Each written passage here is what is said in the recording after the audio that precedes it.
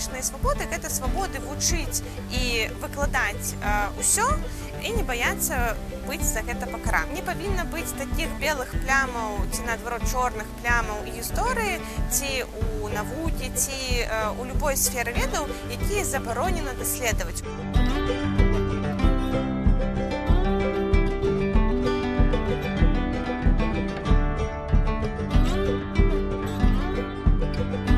Гісторыя 90-х у Беларусі гэта таксама такая тэма, якую не вельмі любяць выкладчыцы адміністрацыі універсітэтаў. Я ведаю пра некалькі выпадкаў, калі курсавыя працы на гэту тэму забараняліся. Гэтая тэма проста не была ухвалена як тэма курсавой.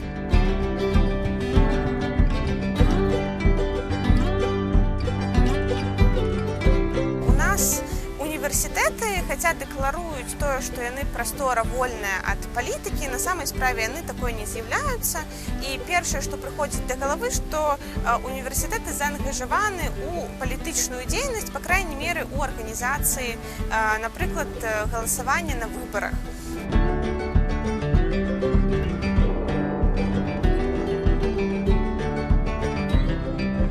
Яны заангажаваны дзейнасць палітычную, калі яны праследуюць ці ціснуць актывістаў, актывістак апазіцыйных партый ці нейкіх грамадскіх арганізацый.